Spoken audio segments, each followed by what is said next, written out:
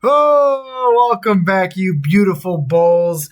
We're going to be getting into GME today. Stick around because we're going to be going over some key levels on GameStop and fundamental changes in the company that could take you higher into the gap fills at 30, 28, and the most important one at $73. So let's jump into it, guys. The macro story on GME. Falling wedge or bull flag from the big squeeze, right? My chart's tweaking. Let's go on to the weekly. Falling wedge, pretty pitch perfect.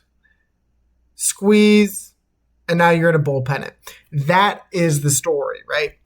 That is this chart that's being painted, and it outlines a change in fundamentals. You squoze here, when the company posted profitable earnings, Roaring Kitty came back. It was truly a storm of bullish catalysts, right? And now you're within this bull flag or this bull pennant, whatever you want to call it, right?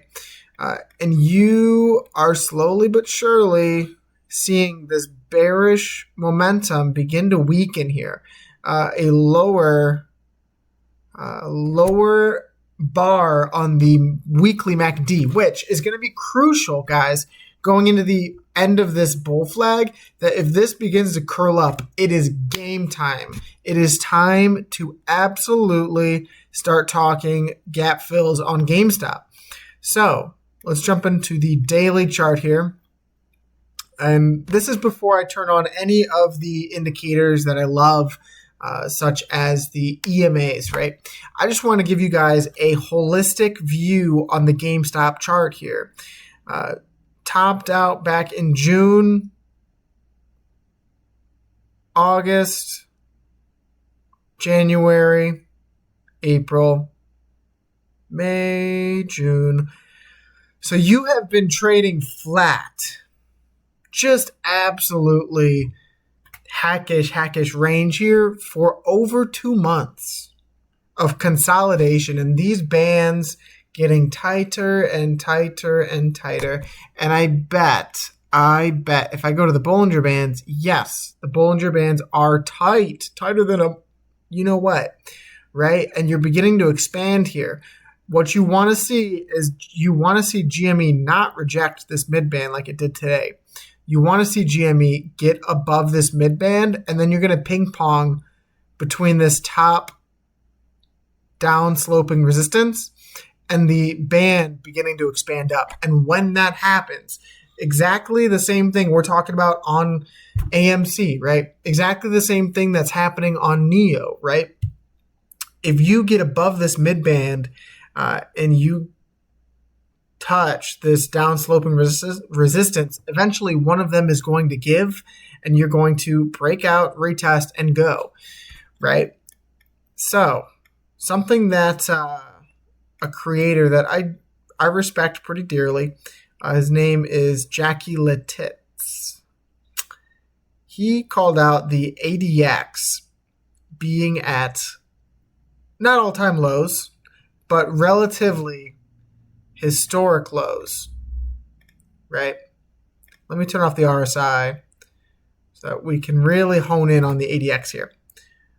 The ADX being at 10 for the first time since October, right here. ADX being at 10 for the first time since right here. Now, I don't have to tell you what happened right here because the chart paints a picture. But it also hit 10 right here. You saw more downside.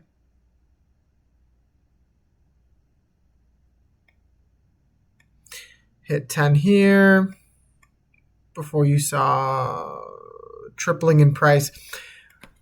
What you need to know about the ADX, typically... Oh no, my grok went away. Let's just look up ADX trading explained. just to get a better understanding of the ADX. ADX, the average directional index, is a technical analysis indicator used to measure the strength of a trend in a financial market, regardless of whether the trend is bullish or bearish. So, below 20, usually weak, 20 to 25, potential trend formation, above 25, strong trend. So you are still below 10, right? You want to see this thing begin to get above 20. And that curling out, typically when you've been at 10, you have V-lined out. You've very sharply moved, whether it's up or down. Being this close in this bull pennant or bull flag, it would indicate that you are going to V-shape up or V-shape down. What would be a potential price target to the downside? We've talked about it before. But it would be this holy grail trend line on GameStop, which takes you down not too far. So that is, for me, what would be the bull case for GME. And you say bull case, you dropped. What do you mean? The absolute bull case for GME, if it does not break out here, is you touch this trend line. Because every single time you've touched this trend line, and typically on the third time you make that move for three rising valleys. If you touch this trend line, which is only 12% away, pretty much the teens, depends what time you hit it. You could just knife down, you could trade sideways, right? If you touch this trend line, the trend line that took you up 3 times. You almost touched it there. I guess you could call that a touch. Took you up 160. Took you up. This one's going to be so stupid. 12,000%. Because why not go up 12,000%? And then took you up 500%. So, needless to say, that is a very, very bullish trend line, and that makes me very, very bullish on GME. The fact that you have held this price range and bounced at the low 20s as a sign of support with $9 billion on cash in hand, you have $500 million in Bitcoin. I don't have to tell you what Bitcoin's doing right now. It is doing just absolutely stupid, silly stuff. $9 billion in cash, $500 million in a profitable quarter-over-quarter result in earnings. That is what you call a true Cinderella story for a stock that had been suppressed for so long. Now let's begin to get into the indicators, right? The EMAs. Every single time, we mentioned this in our last video, every single time you have gone below the 200-day EMA since June, you have wicked very, very strongly off of it. You did it here. You dropped. You wicked. How much? You dropped it. You wicked 34%. Oops.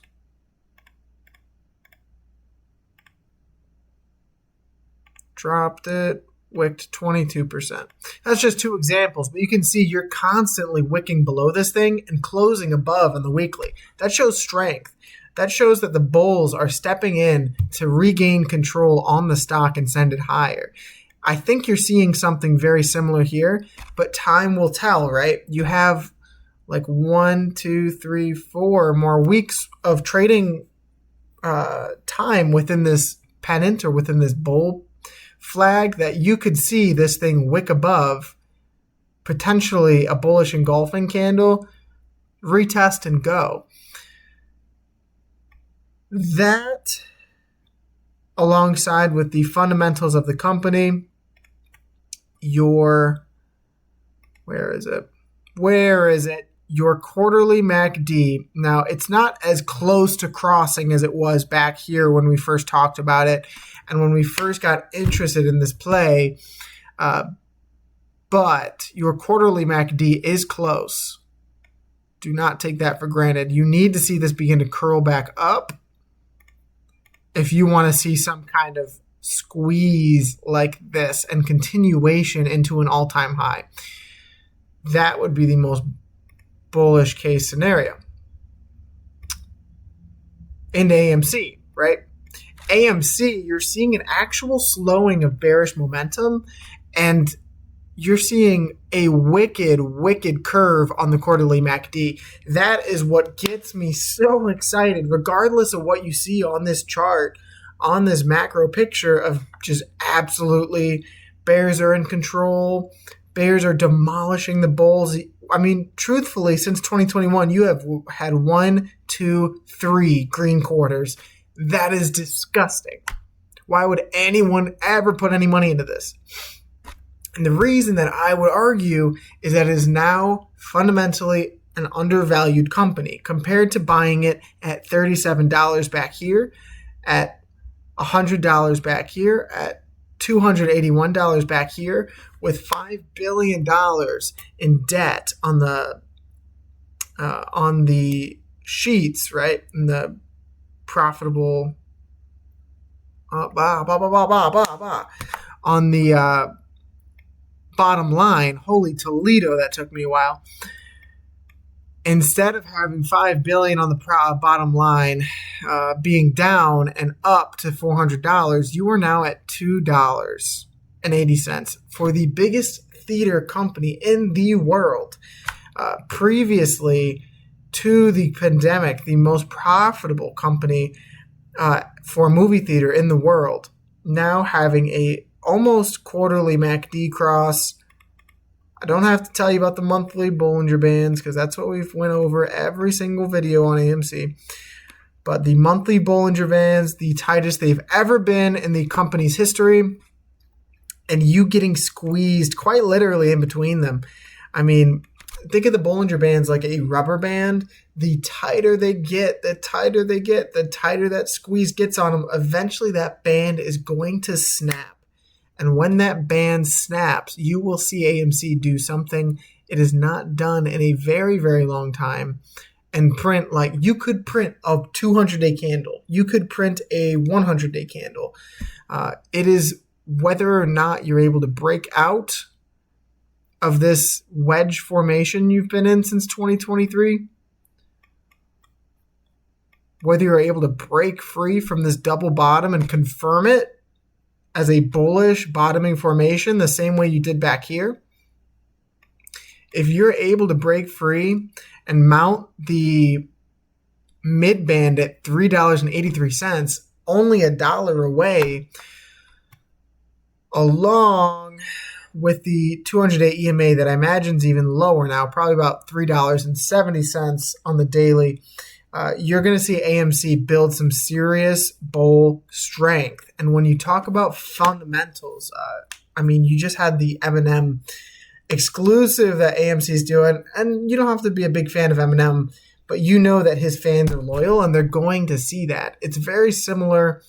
It's a very similar approach to the Taylor Swift saga, right? That brought $1.2 billion to the company and pretty much saved AMC. I mean, Taylor Swift and retail investors, really. But pretty much saved AMC. So what you need to see a break above, a pop, and then a test of this midband. Until then, nothing really matters, unfortunately. On the daily, you did break below, you retested, and so now you're going lower.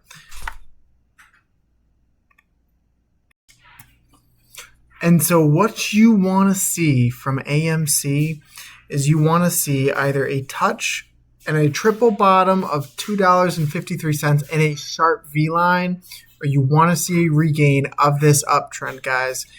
Very, very important stuff for AMC with only a couple days until earnings. Only time will tell.